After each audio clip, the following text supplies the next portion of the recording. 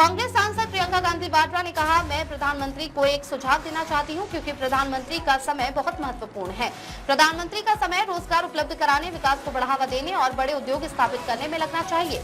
मेरा सुझाव है कि वे एक नया मंत्रालय बनाएं और उसे अपमान मंत्रालय कहें ताकि उनका समय व्यर्थ न हो। जब आप अपनी नौकरी, अपने रोजगार के लिए विरोध करते हैं और उन्हें लगता है कि किसी के सवाल उठाने से देश का अपमान हो रहा है, तो अपमान मंत्रालय आपको तलब कर सकता है। मेरा ये भी सुझाव है कि ये मंत्रालय मेरे परिवार पर की गई सारी गलत टिप्पणियों का रिकॉर्ड रखे। इससे एक पूरी लाइब्रेरी भर जाएगी। कर्नाटका में चुनाव था, वहां गए, कहने लग गए कि कर्नाटका के लोगों का अपमान किया है विपक्ष ने। बंगाल गए तो बंगाल का अपमान। यहां बिहार आते हैं तो कहते हैं कि पूरे विपक्षी दल के सारे नेता बिहार की जनता का अपमान कर रहे हैं। तो मैं सोच रही थी इनका भाषण सुनते हुए कि मैं एक सुझाव देना चाहती हूं प्रधानमंत्री जी को, क्योंकि उनका समय जो है बहुत महत्वपूर्ण है इस देश के लिए। प्रधानमंत्री और गृह मंत्री जी का जो समय है वो काम करने में जाना चाहिए कि नहीं जाना चाहिए? जाना चाहिए। रोजगार दिलवाने में जाना चाहिए कि नहीं जाना चाहिए? बेरोजगार हो ना तुम, बेरोजगार हो ना, पढ़े लिखे भी होगे, पढ़े लिखे हो लेकिन बेरोजगार हो।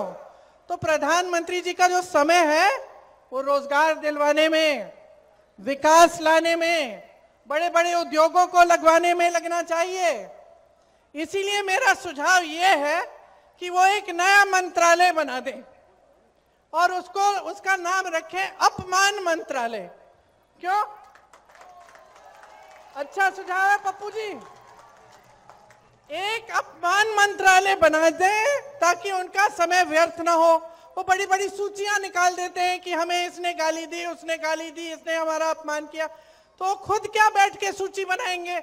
अपमान मंत्रालय बना देगा।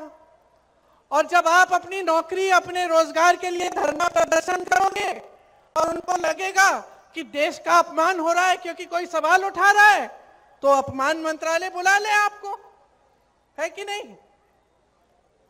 और जब कोई अध्यापक या कोई महिला या कोई संविदा कर्मी अपने अधिकारों के लिए सवाल उठाए तो इनको लगता है कि देशद्रोही हो रही है, इनको लगता है कि देश का अपमान हो रहा है, तो अपमान मंत्रालय को बुला ले, अपमान मंत्रालय कार्रवाई करे, है कि नहीं? अपना समय क्यों व्यर्थ कर रहे हैं?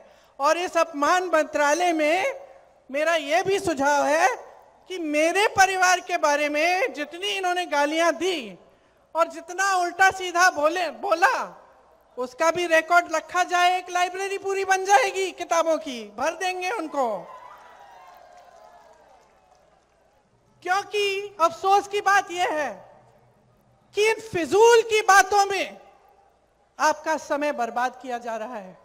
इनके नेता मंच पे आते हैं, आपकी बात नहीं करते, ये नहीं बताते हैं कि आपको कितने रोजगार देंगे, ये नहीं बताते हैं कि बिहार में जो इतनी अच्छी शिक्षा की व्यवस्था थी, जो आईपीएस, आईएएस, आईएफएस के बड़े बड़े अधिकारी भेजती थी देश में, वो ठप क्यों हो गई?